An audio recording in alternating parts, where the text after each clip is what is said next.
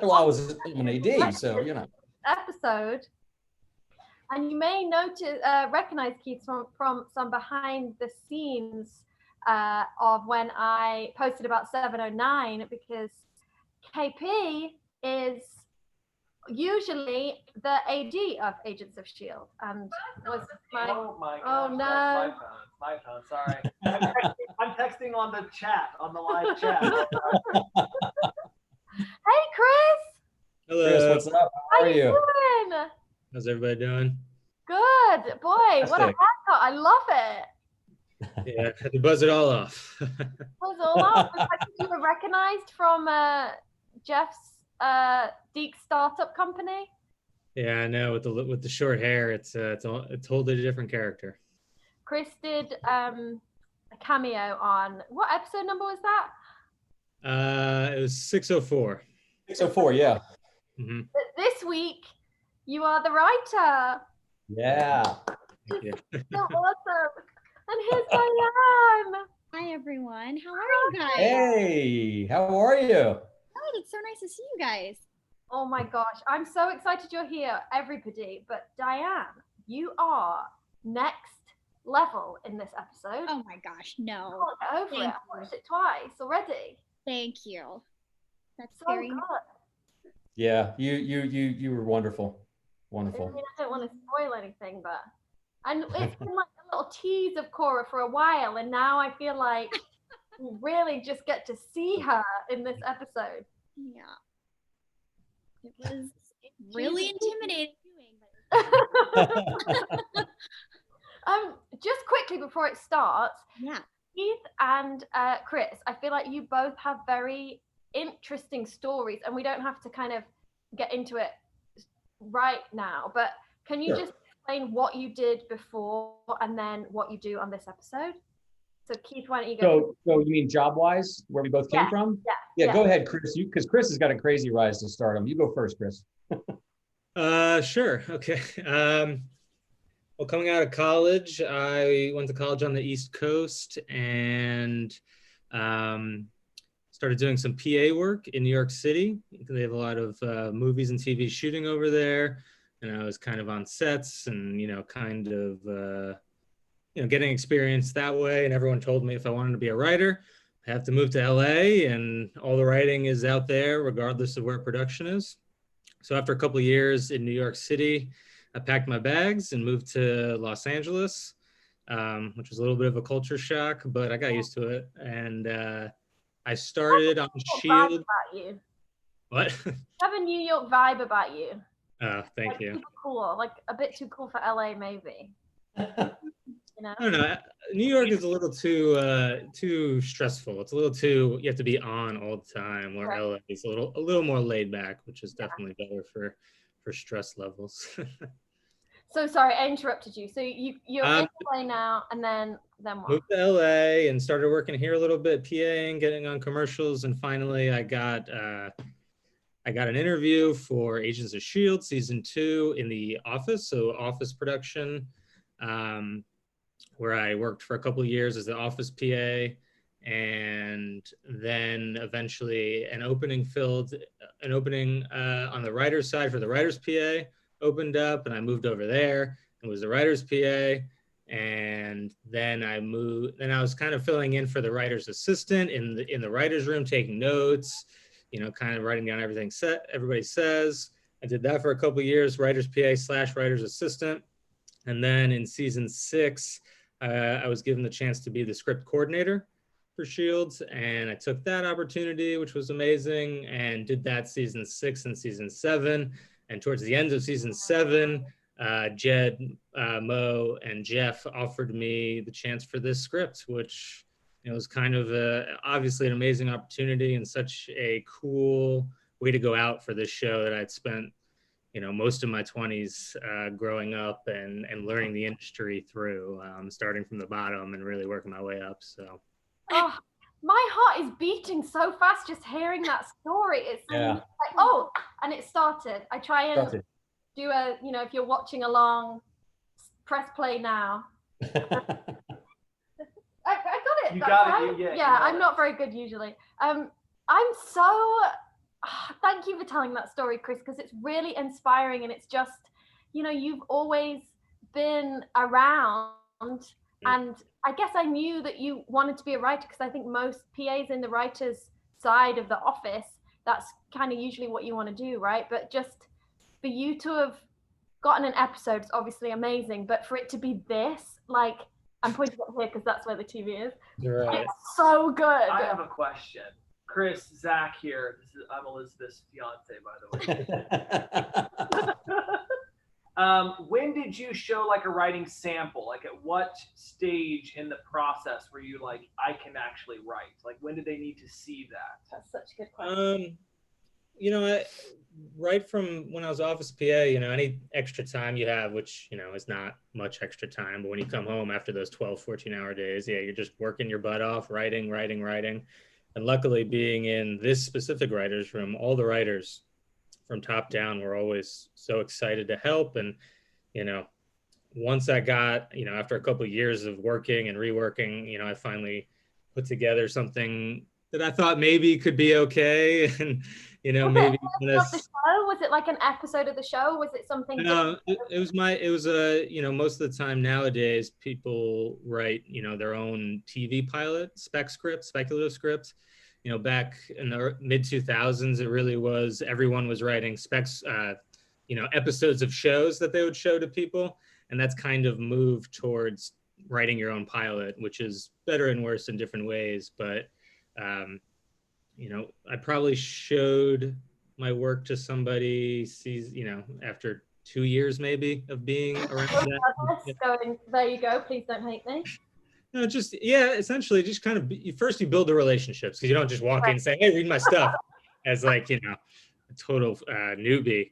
But after you build those relationships and you take their advice and you kind of work those friendships and really grow those first, then, you know, people are way more open and way more willing to help you out, which, you know, obviously you guys know all the writers from S.H.I.E.L.D. and how amazing and helpful they are. And, you know, just very lucky to be a part of all that. That's such a long road, Chris. Congratulations. This is an amazing episode. Thank you. And you were just so, I mean, Diane, you can like speak to this too, but like you just had such a cool confidence on set, Chris, that you would never know that was your first episode, right? Yes. Thank you. Oh my God. Uh-oh. Uh-oh. Oh, hey, sorry, I just turned my volume on. What's going on, guys? Not much. Boy, like looking super slick. I thought I'd wear a t-shirt to match the morality of my character. Hi, Oh my Keith. Hi, God. Chris. Hi, guys. Hey, what's going on? How are you? Hanging in there. Same old. It looks exactly the t-shirt you're wearing as Malik. I didn't escape with that one, so it's not. Yeah, what shame. Aren't you watching it going, God, I wish I'd stolen that and that and that. That would be so useful. The Neo meets John Cusack meets Bender from the Breakfast Club jacket would really come in handy right now. Yeah, wouldn't it? That'd be so fun. Hi, Diane. I didn't even see you. Oh my God. How are you? How's it going? Keith, a really funny bit just happened where, and I try not to spoil too much, but it doesn't really ever work, where Deke, you're on the wall and then Deke just kind of like pops his head out. Yeah, there's a little story behind that. Yeah, I figured because I watched it. It made me laugh out loud. I lost it. Well, you know what? It fits for his character, I think, and Chris can tell you. So we had every episode is a little long, usually a few minutes. We try to get so much great stuff in there. And what I loved about this episode, which we talk about later, is I just love the way the executive producers allowed it to breathe, you know, when they did their final edit on it, because it was so important in so many scenes. But we do try to put so much action and so much stuff happening that there was a whole piece that actually didn't make it to air. No. And yes. So the reason he pops out is he's just knocked out one of the bad guys with a wrench. And that's why he pops out. So but it works. It works great. So someone had to get hit over the head with a wrench and it didn't even make it in? Yeah, stunt guy. He took it right in the face. Oh, the face. But, you know, that's just the way it is. I mean, sometimes, you know, the episodes end up being 10 minutes long, maybe 8 minutes long, you know, and we have to trim them down to the 42 minutes of air. So unfortunately, there's some great moments that you have to lose. It's just, it's in anything. I mean, and every director and writer, I think, probably hates to cut stuff out because it's their baby, but it's just stuff that has to go. And, you know, it still works. It still fits Deke's character great. Oh my God, it was perfect. I loved it. It's one of my most favorite Deke moments. Well, it's very Jeff. Deke. Very Jeff, let's be honest. Very DIANE, you're on screen right now. Can we talk about your outfit? It is so amazing. Did you steal it? So I asked for, I feel like every week Cora got a new leather jacket. Like every week it got more and more kind of edgy, and I think I started as like purples and then it went to gray and then black. They made sure that it was always there at the end of the night, because I asked if they had a double or if they had, because on the stunt scene on this, I had, I think, 3 jackets because I would just sweat through stuff, or if we're running a lot, and they never let me take one, but I almost snuck it in there. Yeah. It's funny because at this point of the filming, I don't know if you found this too, Tom, but like as we got, you know, because this is 7/11, there's only 2 more episodes left. And by the way, there's only 1 more week of SHIELD. So crazy for you. Wow. Like towards the end of the filming, like all the costume people were very careful about like, okay, goodbye, have a good night. They did not like. Isn't there an auction going on? Can't I like bid on my stuff? I saw bet you that. can. There is one, yeah. There is an auction. When people might tell us. I just saw it on Instagram. I don't know. Yeah, no, I did too. I think you're right. At first, I thought it was like one of us. That was kind of my retirement plan of all the stuff I like, put it up for auction at one point. Secret stuff. Ways to make money during COVID. There you go, exactly. What can we do? DIANE, Cora is having her scene with Daisy right now. When I watched this, I was just, you know, when you're an actor, like you watch stuff thinking like, oh my God, I wonder how, like, this is how I would feel in this scene or whatever, shooting it. How was it to have a one-on-one with Quake, who is your sister, and like Chloe Bennett, and like to come in and have such a huge storyline this late on in a show? It's like everything's just so climactic. How was that scene? Like, were you? To be honest, I think there was so much anticipation for when the 2 of us would get on screen together. Yes, exactly. That when it happened, I mean, a little bit of pressure, which was fine, but Chloe was so, I mean, the second that I looked at her, I feel like there's such a buildup and there's so much pressure that it was just so emotional. Yeah. And I don't know if it came off that way, but I just felt like we were on the cusp of like breaking down, or, you know. Oh yeah. Keith gave us so many takes, different takes. I remember being like, you know, some takes were more angry, or he let that vulnerability side come out. But it was interesting. I think it went by that scene. We filmed it so quickly because we got what we needed, but it was tense. But in like a lovely, like that's my favorite kind of scene to shoot, because, you know, it's very intimate. It's one-on-one with someone. And yeah, Chloe was great. Lovely. Great. I mean, I have goosebumps watching it, and I've got it on mute. Like, it's such a cool scene. You know, can I just tell you something about that? First off, Chris wrote an amazing script. I mean, I love it so much, and I got so lucky to have it. But having you know, DIANE there with our team that we've already had forever, and I remember thinking to myself, it's got to be daunting for her in a way to step into that role and this new show with new people she doesn't know. They're all on their game. They're all very good at what they do. And I remember we did the group interrogation scene just before that one that just played. And I remember purposely we waited and let DIANE go last, because I almost felt like I needed to like. You did do that. Let her remember, like, because I want to let you get into it and find it, and because it's a lot of work. I mean, people don't understand when you're acting. I mean, you have to hit a mark, say a line, emote emotion. And sell it and make people believe it. And you did a fantastic job. I mean, really awesome stepping into it like that. Really well done. Thank you. Why didn't you? I was just saying, what was, DIANE, tell your process. Like, what was your, like, how did the casting process go for you?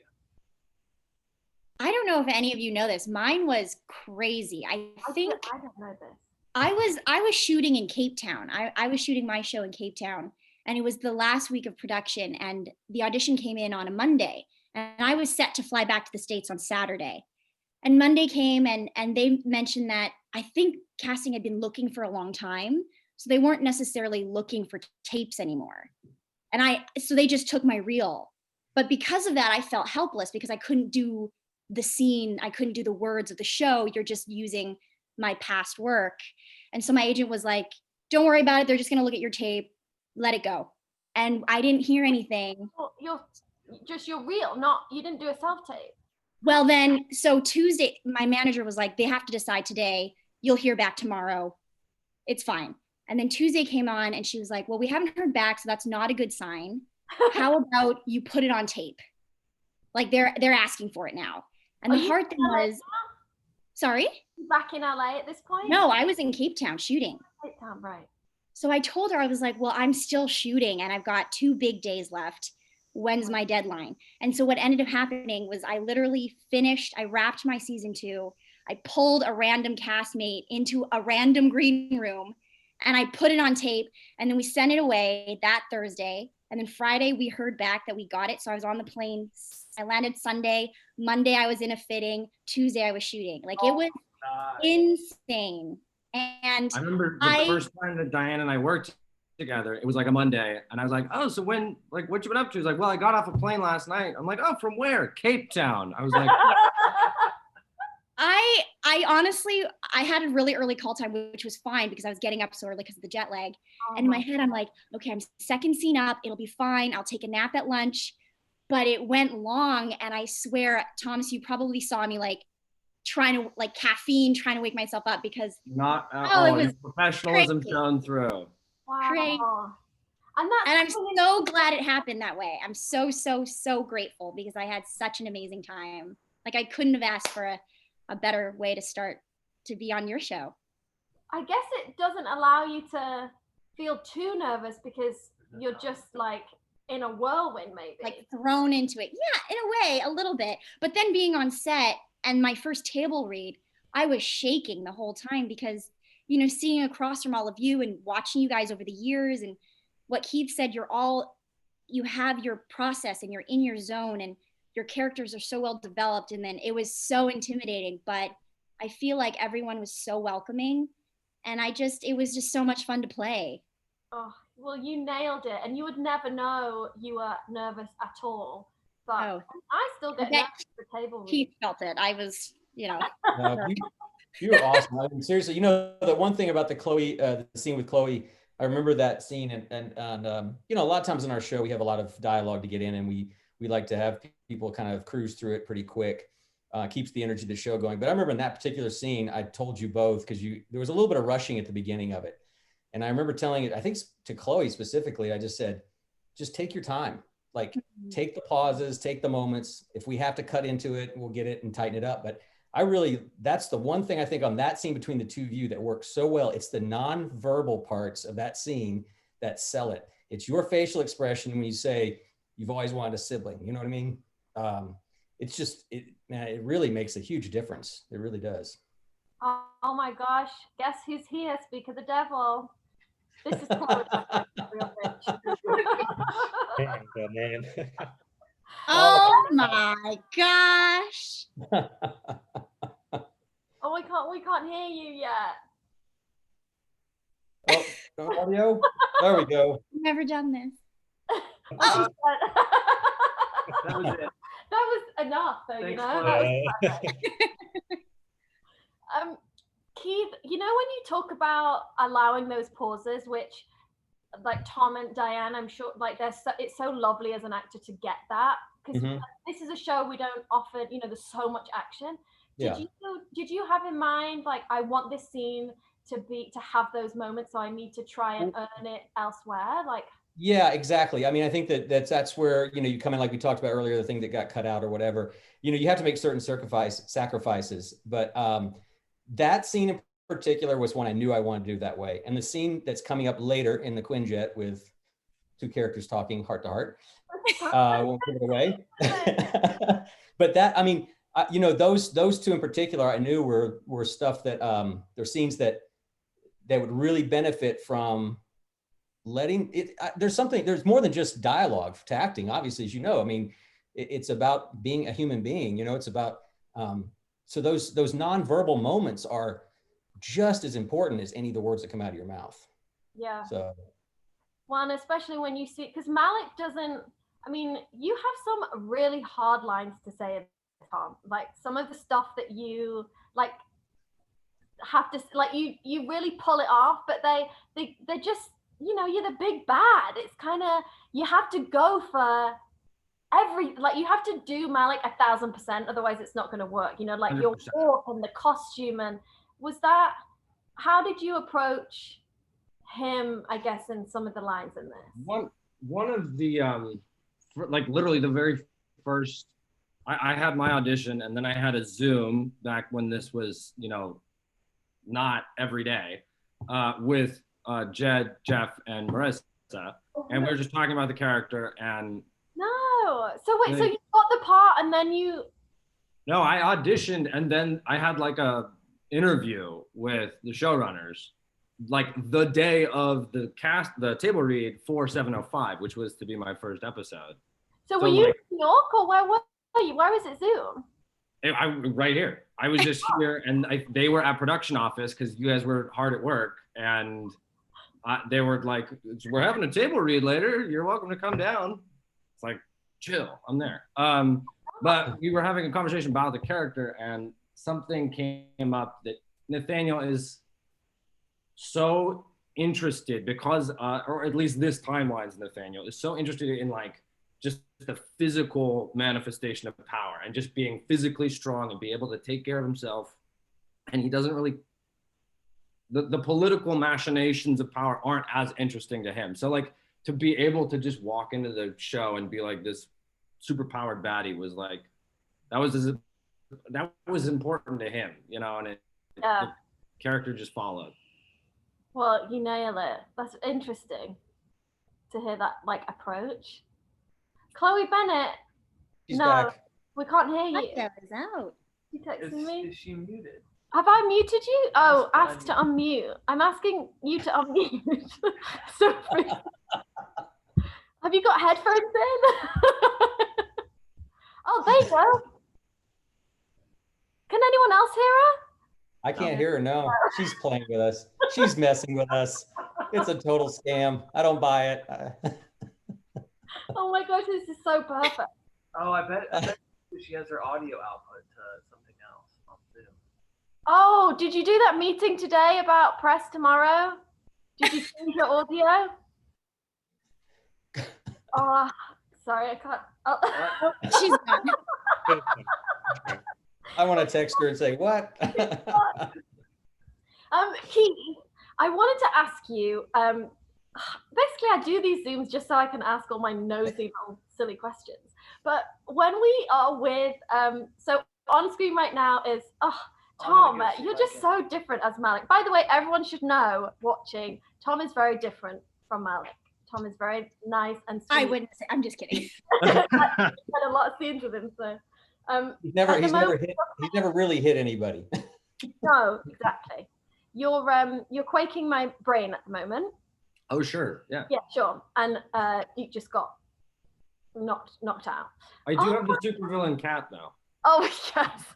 Yeah, I guess just lean into it, right?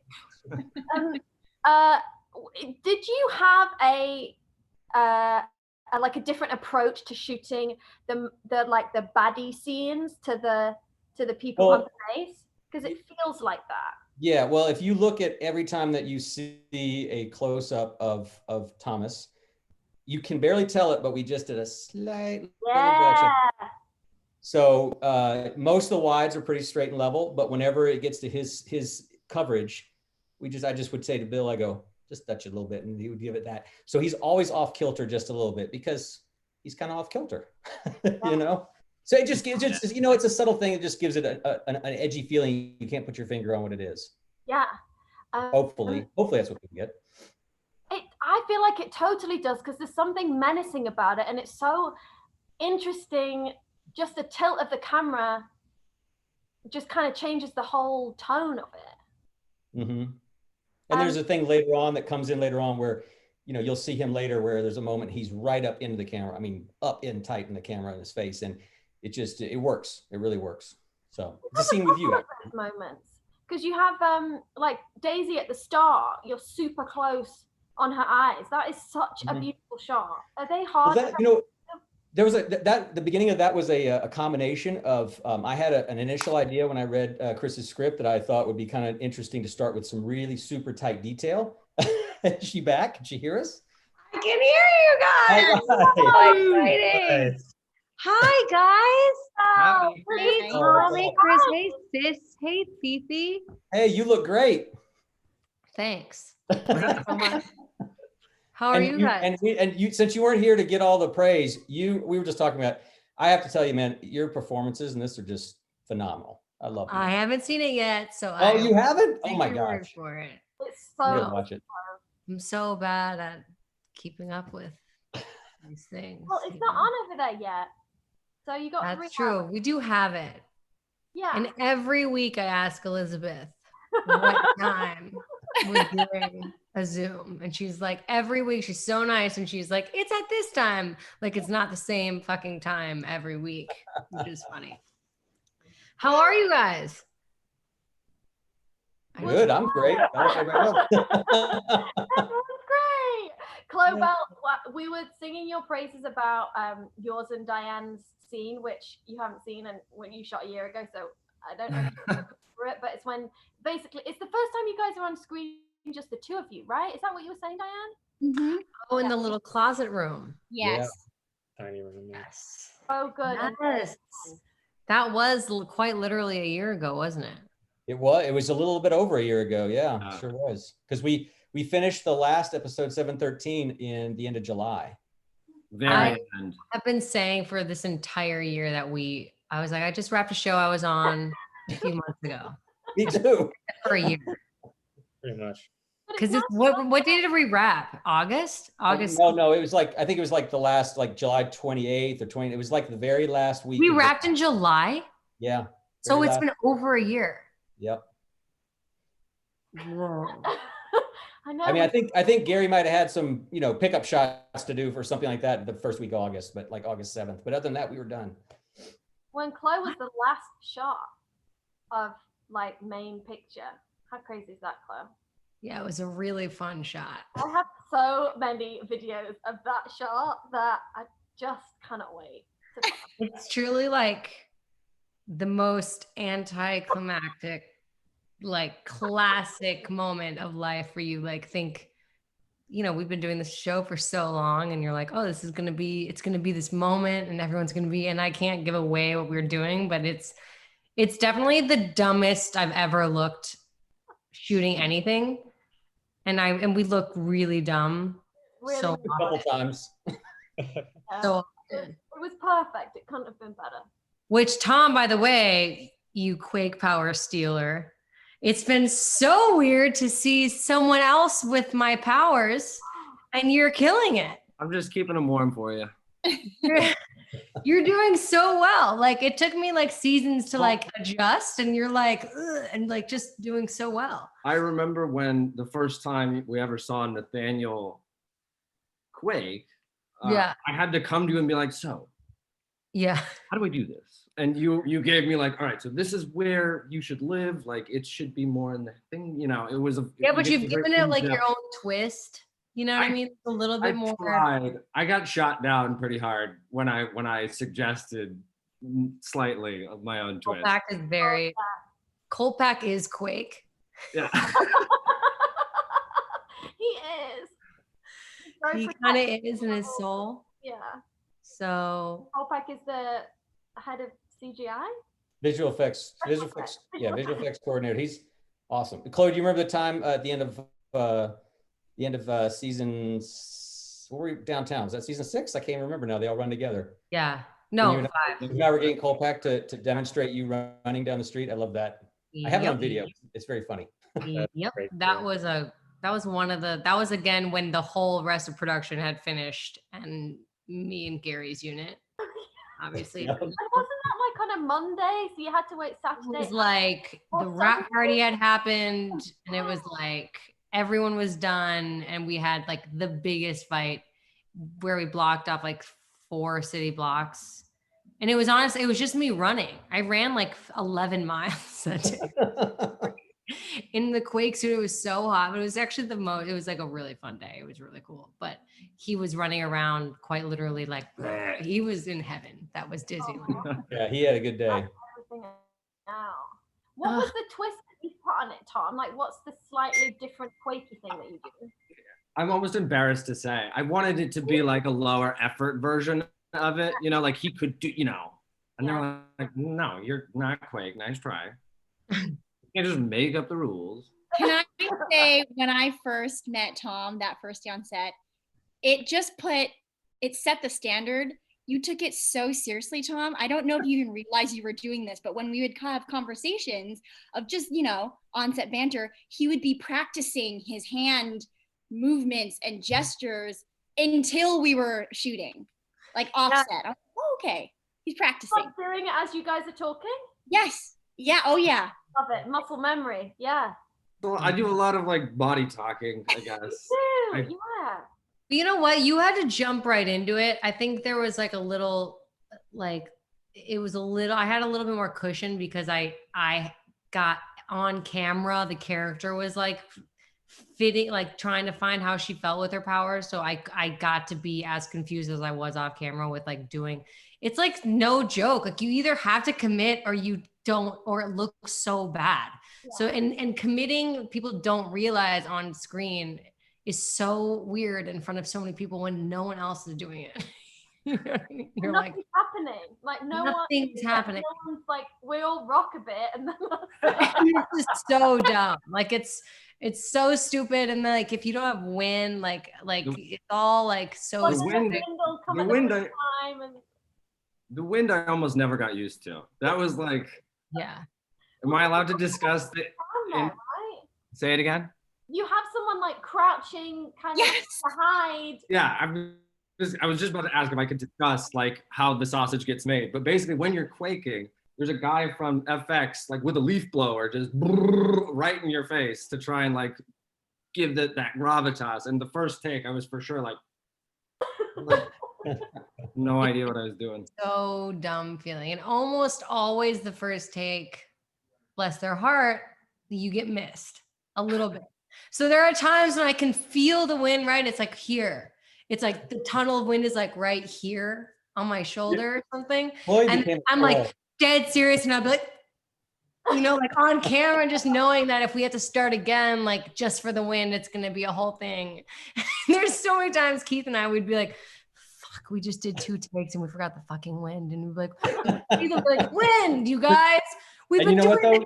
You were the one who always caught it though. And I was so grateful because you would go, I need wind for this, right? I'm like, oh, yes. It's unbelievable how every single time it's forgotten. It's still to the very last shot, we forget it every time. It's funny. So nervous that wind. It's like being back at school and like having to catch the ball or something just to like, you know, and because if the wind isn't right, the shot is useless. And we get like you would think it's like Marvel show, and they're like, we've like gotten to the point where people are like, they have like their set, like they're like size, and they're like blowing at you. Leaf blowers, like little hair dryers that like don't work. Like the funniest things that just aren't cool. But then you guys all pull it together, and it's like amazing. It's crazy. Pull it off. It looks very cool by the time you see it. Clobell, right now Mac is talking to you. Oh, this made me cry. I cried too much shooting that scene. I'm excited. Chris, that scene is so good. It was like, how was it writing that scene, Chris? Because it's a very kind of, how do you say, I don't know enough words, but it's like very reflective of what we were going through as a show. Yeah, it's definitely meant to be an expression of what the cast and the crew and us as writers were really going through at the time and saying goodbye to this show, because it's been 7 years for so many of us, and so many of us have really grown up and had children and gotten married, and so much has happened to all of us. I've done none of those things, but Austin Wally. I want to say that Chloe, though, in that scene, this is just a way that we all contribute, everybody. I mean, anybody on the crew can have an idea about how to do something. And I remember going into that scene, and the way that Chris had originally written it, they were sitting in the jump seats, side by side. And I remember you, Chloe, that day, it was so cool because you said, I want to sit on the ground. And Jed happened to be there, and we looked at each other, and Jed just kind of went, yeah. So it was Chloe's idea to have Daisy sit where she did, and it just changed the dynamic so much. yeah, I remember that. That was a really good instinct. Oh, thanks, Keith. We were like, we've done so many scenes in that, where you're sitting next, and it just felt, I think Chloe wanted to do that because it was the what's being said, and like, it's so, what Elizabeth said, it's so reflective of what we were going through as a show. And it felt like a really important conversation to have with Henry also, like as me and him together. And so it just felt, Yeah. we could not keep it together, Henry and I. We were very emotional. Were you? I think I remember you saying on that day, and I think I saw Henry afterwards, and he was like, golly, I hardly made it through. Well, Henry and Chris writing that with like anything Henry and he has to get emotional. When he starts going, I don't know, he's like menthol. You just start crying. You're like, I'm gonna just die. He's so good at those emotional beats. It was so nice. Don't you guys miss those days in the Quinjet? Yeah. When we had to figure out a way to get underneath. Remember when we had to do a fight scene just in the cockpit area of the Quinjet, only like 3 people. I remember that. That was cool. Ming? No, it was Was it me? No. Nope, it wasn't you. It wasn't you. It was gosh, I'm trying to remember the entire scene now, but it was back when we had actually turned the front of the Quinjet into a trawler. And we walled off the back. We made a really tight little small cockpit. We had to do a fight scene in there with 3 people in that little tiny spot in the front. It's a fight just getting into those seats. I don't think I've got into them once without bashing my head or banging my knee, or like, they're not easy to just slide in. Everybody hits their head at least two good solid times in the Quinjet before you learn to duck. And it's weirdly the only like piece of set that's like heavy metal. Like everything else like is like, it looks like on camera like it's heavy metal, and it's like foam. And then like that's the one set that you just don't want to be hard, and every part of it is so hard, like physically just hard. Keith, I feel like you have like 7 scars on your head. I mean, everybody does. I mean, especially going to the cockpit and you walk into that bulkhead right there, and it's like, wham! Oh, son of a bitch! Constantly that happens. Chris, quick question. We've seen some flashbacks of Fitzsimmons. Oh yes. How did you choose the flashbacks? And by the way, any actor, I don't know if you guys feel this, but when you read a script and you see like flashbacks, you're like, amazing, I'm in so much of this, and I've already done all the work. Like, see. How did you choose the scenes? First of all, I watched a lot of Fitzsimmons scenes and a lot of Fitzsimmons fan love videos. A lot of fan videos. A lot of those with the songs and everything, which was very fun. And that's how the fans, like, our fans do influence this show so much. Like, stuff we'll see on Twitter, we can then take to the writers' room. We'll be like, hey, did you see this? And like, writers are obviously all over Twitter and Instagram and YouTube. Like, that's so cool that influenced the scenes you picked. Right, definitely to see, what the fans enjoy, and just also what thematically worked for this episode and what were my favorite Fitzsimmons scenes. Obviously, the flashback at the bottom of the ocean is one of the best scenes of the entire show. They're such babies too. Watching these scenes back, it's Are they? They're babies. They're so cute in that scene. That was our audition scene at the bottom of the ocean. Yeah. So weird. So you So just then you crazy. just kind of picture. Did all your choices make it in? Were you able to? Yes, actually, those scenes that we used were the scenes that I had always wanted to use, and they went in. Our EPs were into it, and just all kind of worked pretty seamlessly. I don't want to spoil what's coming next, so I'll probably just leave that one there. I almost just said something that happened in the finale.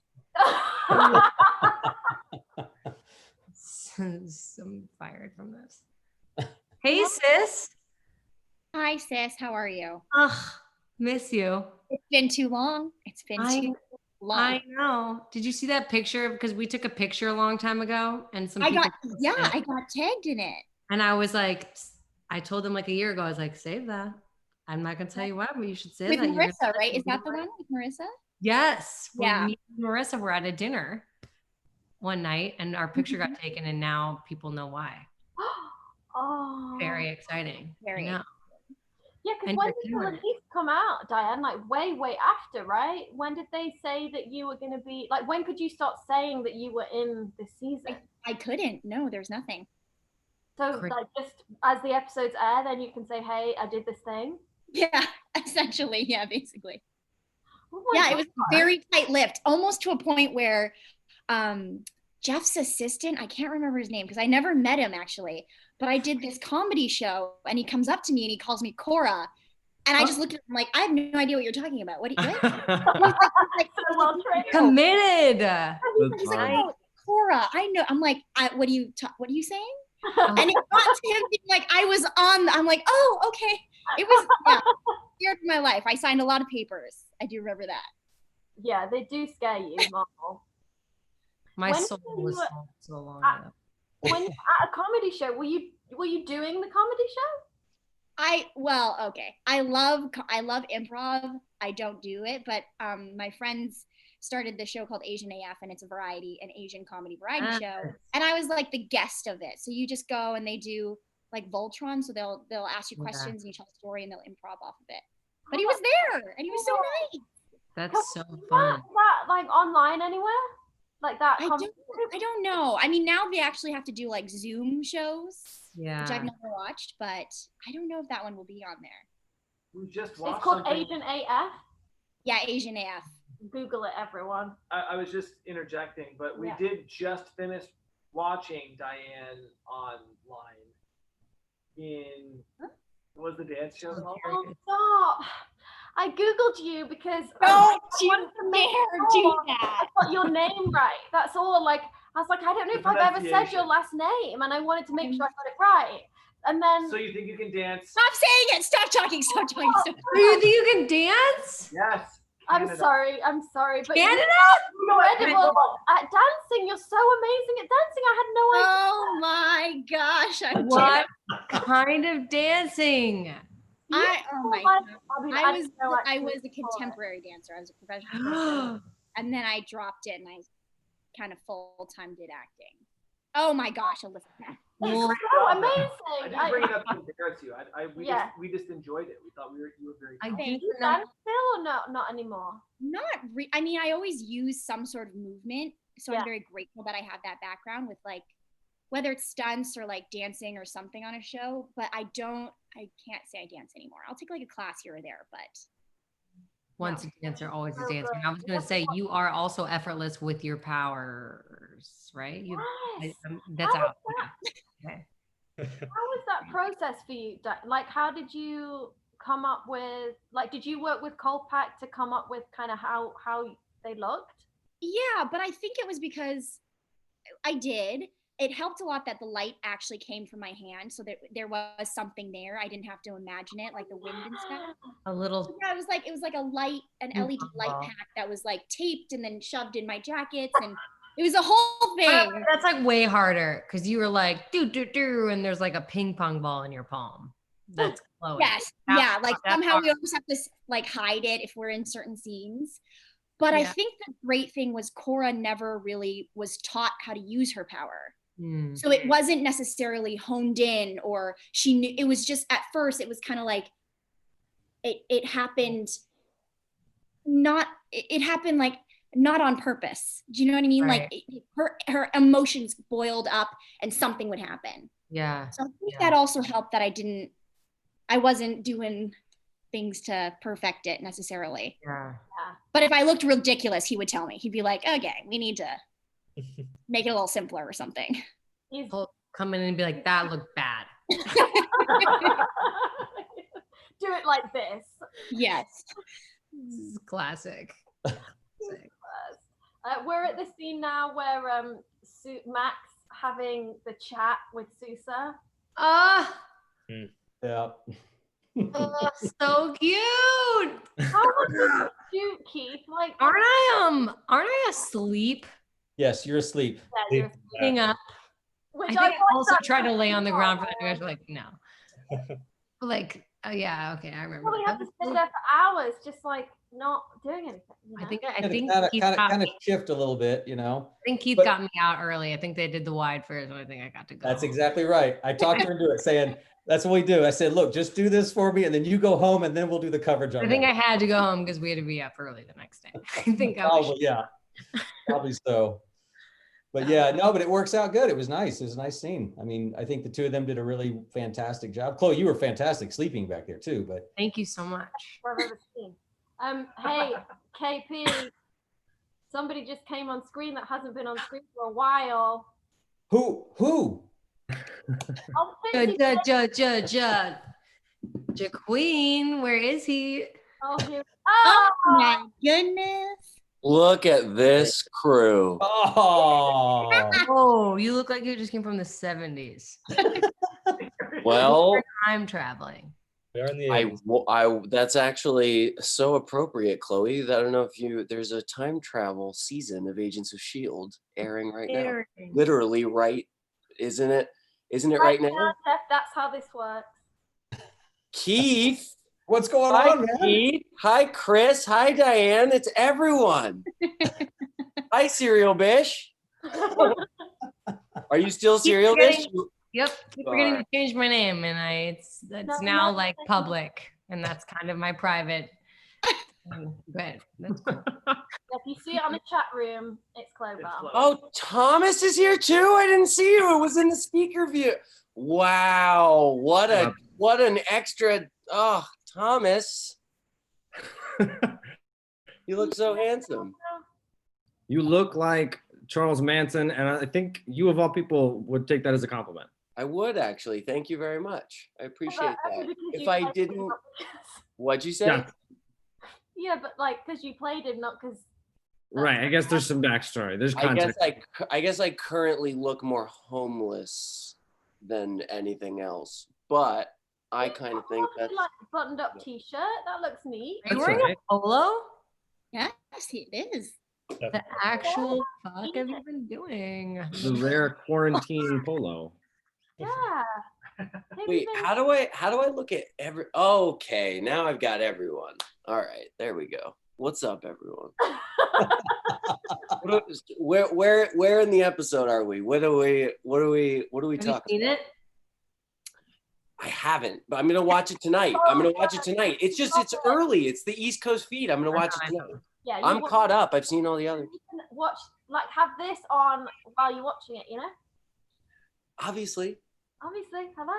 that's Can I ask the viewers how they're watching this? Because are you guys pausing? I'm not live, so you, Elizabeth, will see the answers.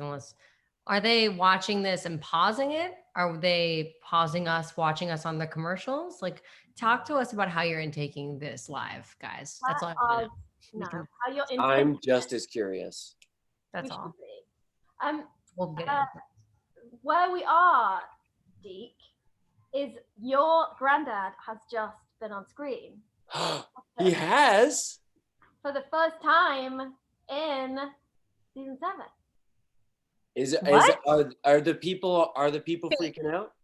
I feel like everybody. Let's look on the freaking Do you internet. remember he came back and he was so slim, So slim. Yes. He was almost Like a frail. celebrity. almost frail? He is such a celeb.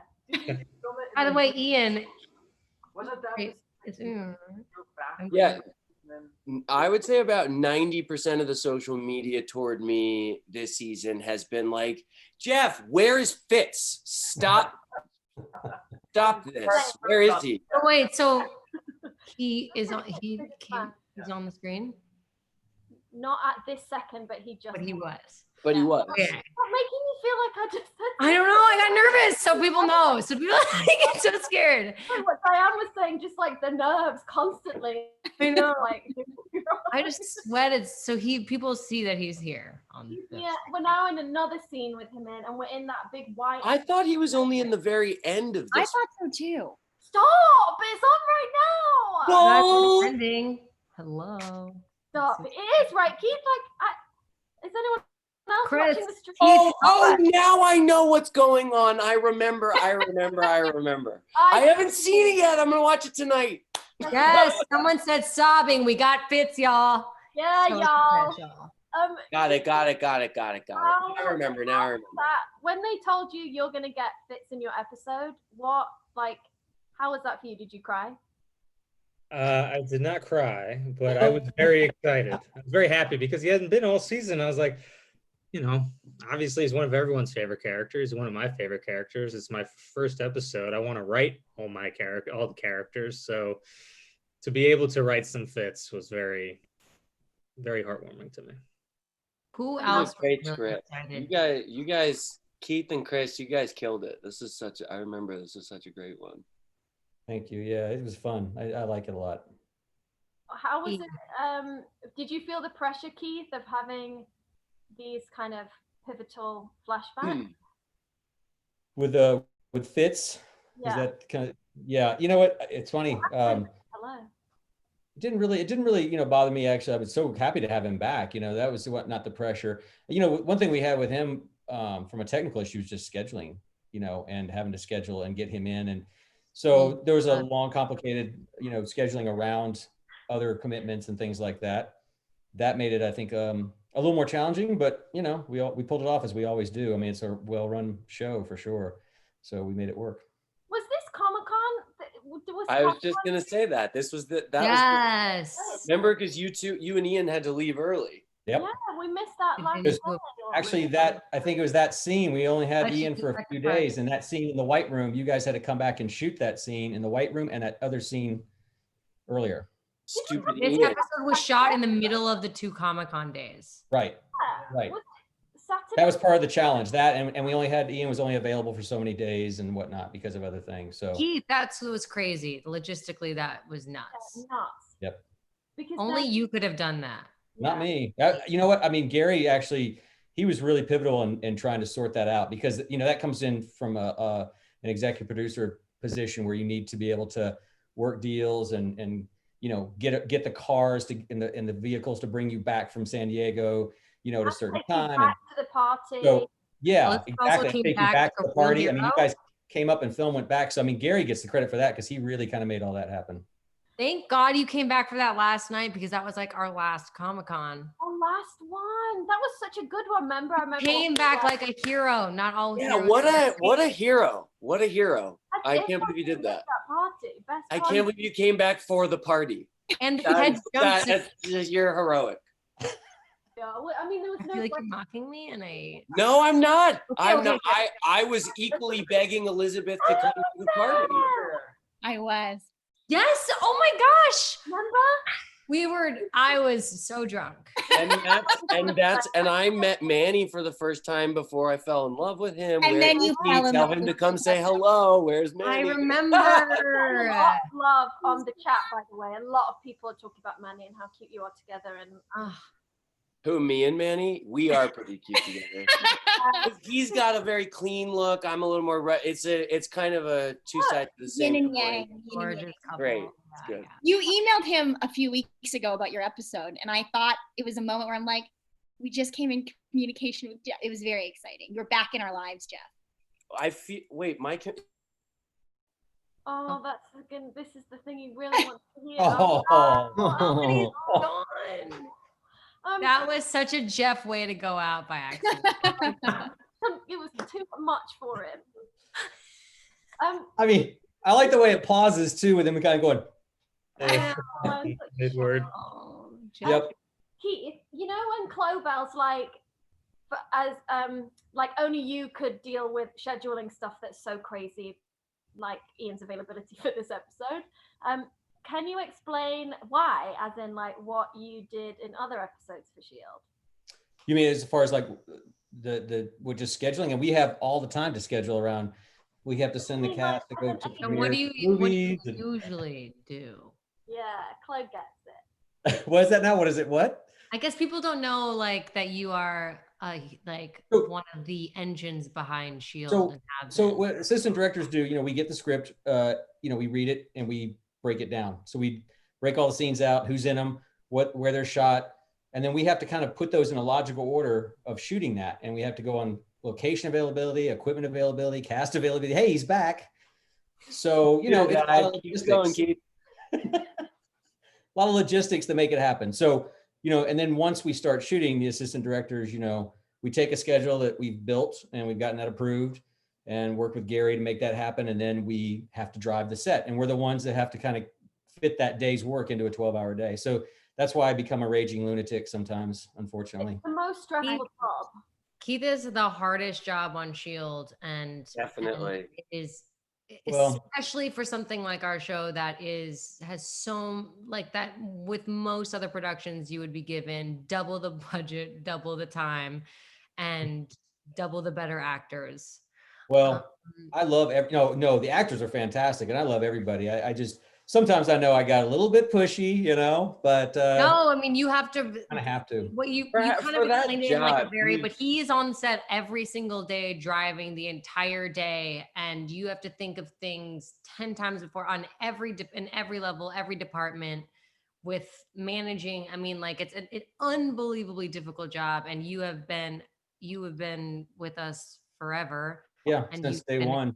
Since Not which the is pilot, but I crazy. did everything after the pilot. Yeah. Yeah, and So, well, I mean, the thing too that's interesting about what we do as assistant directors is the problem solving that comes up, because every day you get thrown a curveball. Some piece of equipment didn't come in. Some actor didn't show up for work on season 3.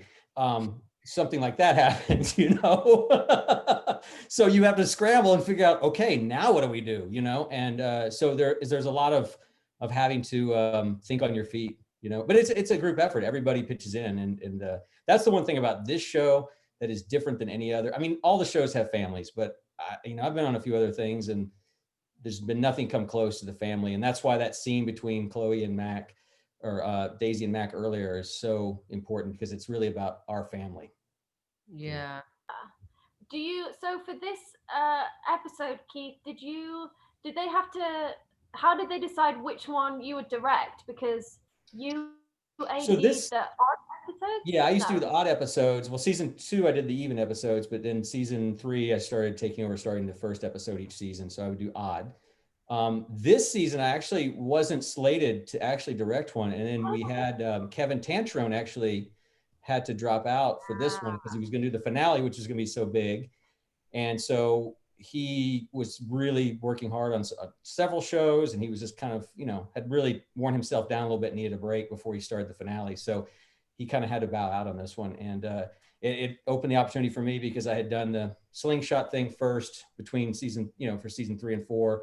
And then I did an episode on season 6, and, they said, well, you're going to AD it. You've already prepped it. You've already read the script and already built the schedule. So why don't you just direct it? So it just kind of fell on my lap, it was a blessing, big time. Well, you also stepped up. Like you were like, yeah, I'll take this on, which. Oh, yeah. Yeah. Well, I wanted to, and I love the script. I mean, I thought the script was fantastic. I had to get it, because I really, look, I love action and I love visual effects. I mean, those are awesome, fun things to do. But man, I really do. And I don't mean to sound corny, or like this is, contrived, but I honestly do love character. I love human being, story so much. And this script had so much human emotion, because there are so many 2 people in a room scenes that, you could really just let the actors have a good time with it. And so I was very fortunate. How do you turn off? Because AD brain and director It's brain hard. Very different. It's hard, because luckily we had a really great AD to step in. That's John Gordon, who was our first AD on second unit. And so he's awesome. I love that guy. And so he was able to step into that role for me and take away all the technical aspects of things I had to think of, you know, how many extras for this scene, and you know, how many stunt guys, and I could just concentrate on the story with Chris, you know, and the cast. It was really fun having you just as director also. Yeah, I loved it. Yeah. And you're so passionate about directing as well. And I think we all knew that that's, you know, AD is obviously a passion too, but directing for you is just, it's like, you know, your soul just needs to do it. And so yeah, exactly. You know what, your YouTube show, I know I've watched several of these, and the one thing you always talk about is how you try to tell the viewers how people get to where we are. Like, you know, everybody has a different path. Yeah. And all of us in this business, there is not one cut and dry, you know, step 1, step 2, step 3 to get to the place. We all get there differently. And mine just happened to be through the assistant directing route. And I learned the right way to do it, and I learned the wrong way to do it. You know, I could see different directors who are very strong and maybe who weren't so strong yet. And so I got to see that up close, and also see how the cast interacts with certain directors, because there's some people who are really good with the cast, and there are some that the cast have a harder time with sometimes, you know, not knocking anybody. It's just the dynamic's not there. So for me to be an AD is good. I could piggyback and just say you took such good care of your actors for this episode, and at every turn were there giving people the permission to like take the time, like take the pauses, take this, take that. Let's talk about the scene. You were so patient and generous with us, and I think I haven't seen it yet, but I'm sure it's reflected in the episode. Thank you. Appreciate it. Thank you. Yeah, try to be. Because you know what? It's nothing without what you guys, look, it starts with a script. It starts with what Chris wrote. That's number one. You don't have anything without a story, right? You can have all the action in the world and it's okay, but there's nothing really dynamic or wonderful about it or beautiful about it unless you have a story there. So it starts with what Chris does. And then all of you, I mean, I could not be prouder of this episode and the cast performances. I say it to everybody who sees it. The performances are just awesome. I mean, everybody in this episode, everybody is on point. So many amazing moments in this that just broke my heart again and again. Well, yeah, you get to see you get to actually see the real people, the real character. In other words, the human being, the vulnerability inside each character. Like Daisy's tough, but she has a moment of breaking down. You know, Diane playing Cora, and it took a lot for her to admit that she always wanted a sibling, you know, and that one line there for her was so powerful. You know, it just broke the ice with her and Daisy, you know. So that's the beautiful thing I like. And it might sound corny to some people, but it's honest to God the truth. I mean, it's what really gets me excited is watching and watching the nonverbal, you know, watching what people do with their faces and their body language. Yeah. So cool. Such a good episode. Chris, did you know that you were going to get did you know writing this that they do the finale as 2 hours? Did you know this would be like the setup for the final installment? No, I didn't know that until the promo played. Okay, this is the penultimate episode. Okay. I mean, I knew it was going to be the third to last, and that already was like, oh, right. Okay, third to last episode of a 7-season show with over 100 episodes. Cool. And then the trailer plays like the penultimate episode. Ooh, yeah, awesome. Really. You'll look good on the resume, Chris. Yeah. Feel incredibly grateful and appreciative that I was given the opportunity to write this episode so close to the finale and to, you know, pay off these emotional arcs that we've had over the entire show. And I'll also say, you know, it being my first episode, I was so incredibly fortunate that Keith was directing it. Just, you know, you talked earlier, Elizabeth, how calm I seemed, and that was definitely helped out because Keith was so great on set with me and with the actors, and just it really felt like a collaboration between the two of us. It was. I mean, you know, I would always make sure, and before we ever moved on, I want to make sure that Chris was happy that he got what he wanted, you know? So. There's just been a big kiss on screen. Oh. For the tag. You? Tag? No. Oh. Oh, you guys. Oh. You guys kiss? Oh my God, I forgot. It's such a hot kiss as well. Like it was really like two, you know, baddies kissing. It was great. Diane, maybe you can corroborate this, but I don't remember. I feel like there was an alteration made to the script that day. Yes. Where it was like all of a sudden you're kissing. And you're like, yes, I think so too. We need to get to Crafty. We need to get some Altoids. Like, wow. By the way, Chris, like we like rarely add like there's like not a lot of kissing on this show, so that's kind of a big decision to I have. tried to add more kissing in my original script. There was more Fitzsimmons kissing, more Doozy's kissing. I'm happy some kissing got in. I'm very proud. Sneaked in. More But yeah, the very last edition. Chris, did you become a writer just to write kissing scenes? Maybe. I just like it when they kiss. I missed you, Jeff Ward. I love you. I gotta just say also about Keith, that was so cool. Like, it was just so awesome because you were always there every day. So like, there was like, it's like when Elizabeth stepped in to direct, there was such this like amazing, like, oh, it's you know, like dealing with the director who like is so invested in the story and the characters and like knows everything. Like sometimes like you have a director on anything, not just this show, where on TV, where somebody is like, what if you do this? And you're like, well, I had like a monologue a season ago about like why I would never do that. And they're like, right. Okay, cool. Well then, yeah, we won't do that. And it's like, you guys, you both, you know the history, you know who we are, you know who everyone is to each other. And like, it felt like such inside baseball, you know, the whole time with both of you guys. And like, Keith, you're always running the ship.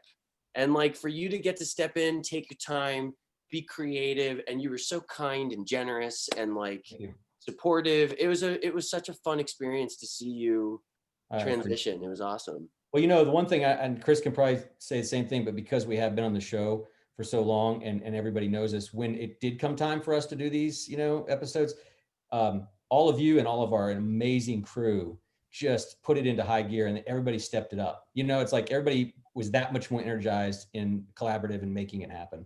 And that was really important. So any crazy idea, like Bill would be like, whatever I want to do. Bill's like, yep, no problem, you know.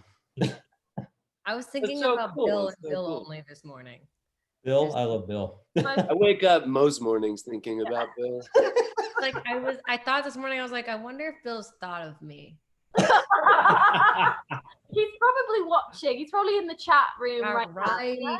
I miss Bill. I look in the mirror every single morning and I'm like, am I Bill? My hair looks like shitty Bill. Yeah, but like, it's like I'm not nearly like his is like the middle school kid, like thick, very amazing hair. Like mine is like just I live under a bridge.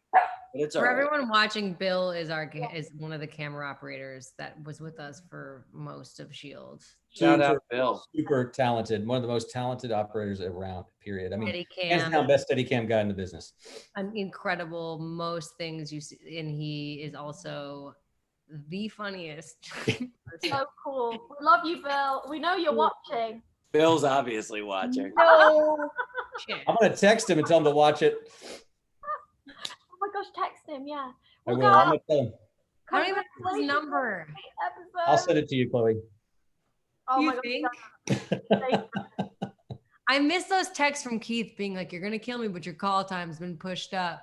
You know what I love about Chloe is I would when I was working as an assistant director, I'm always about let's go, and I would push Chloe, and some mornings Chloe wants to just relax for a minute, and I'd be like, let's go. And I remember one time she wanted to go to a premiere. And I said, if you want to, I texted her and she was in the makeup trailer. I said, if you want to go to the premiere to that show today, you better get in here and let's go with capital letters. And she texted me back a really funny, sticking her tongue out, whatever. But she came to set. She's true professional. But we had a great fun back and forth the whole seven seasons. A lot of banter. Conversations. I'm going to look up our. A lot of banter at like 4 a.m. Oh yeah, well Chloe also played a wonderful joke on last year on April 1st. Remember that, Chloe? Chloe calls my house, calls my cell phone at 4:30 in the morning and telling me that she's not going to be able to make it into work for the first scene at 4:30 in the morning. And I bought it. I bought it hook, line, and sinker. Is that all I said? Every year. Oh no, you went. There was a lot more that you went into, but was it? Did I say I was pregnant? No, I think you were just you said you were having a tough time and that you just didn't think you could do the scene today, that Oh, I You said know. I'm just not gonna show up to work. Oh Yeah. yeah. I was Chloe is fucking merciless with those texts. The fact that you just said, "Did I say I was pregnant?" Like, you just destroy people's days. Because I did that to Jeff Bell and Marissa and Jed, I think every single year, and they bought it. That's the Speaks a thing. lot about what they think of me. She got me good, of course, and then on set, the whole crew had to find out because, of course, she had to tell everybody how good she got me on set. You know, I was like, I got you 'cause really. I did. I bought low. it. I bought it all the way. Because you know why? We were in hair and makeup and everyone was listening and they were silent and I had you on speakerphone and I was like, I said I was like really sick. I was like, I'm so sick. I'm Yeah. so sorry. I was like, And I was like, are you sure you can't come in, just do this one scene? I can figure out how to I get was you in like quickly all and- day. It was like a crazy, I think it was like me and Henry or something. I was trying to like bribe her to come into work. That's how bad it got. Yeah. Ugh, that was classic. I was like, bitch, I already have my hair done. That's what she said. Oh, you guys, this is such a fun episode and a fun YouTube. Yeah, I love seeing all of you. Congratulations, Keith and Chris. You guys absolutely nailed it. It was such Thank a you, Chris. Awesome script, man. I love it. So. And a quick happy birthday to Kay. It's her 55th birthday today. All right. Happy birthday, Happy Kay. birthday, Kay. Birthday, Kay. Kay. Happy birthday. Hey, one more week left. Oh my God. You know what though? This show, everybody loves this show, and it's doing so well in the streaming world. You know what? Who knows? Let's just keep our fingers crossed and keep thinking positive that somehow they revisit this thing. It'll be fun. People want a movie, so Yeah. I'm not saying yes, but I'm saying yeah, I'll do the movie. Yeah, no, there's no rumors. We're not starting any rumors here, but you know, it would be really fun to get together and. Chloe was approached, but she told them she's pregnant. I'm sick. Well, they're talking Did I get you this year? I don't know. We can talk about it later. I don't remember. Love you guys. Okay, Thanks love for you. All right, thank you for having us, Lil. This has been so Thank fun. you guys. Chris, Best, Lil. bye. I love you. Hi, everyone. Good seeing y'all. See you soon. Bye, everyone. Everyone, you all killed it. Everyone's great. I haven't seen it, but I can't wait. I know you killed it. Great I'm watching right now. It That's comes what on you in should do if you're watching this 50 minutes video. or Watch time. it right now. Elizabeth, edit it so it clicks off right then. Right now. It's alive, Jeff. You can't. Well, for the We still see you. okay. Okay. Right. We all knew that was coming. I didn't. All right. Good night, guys. Love you guys. All right. Good night. Bye.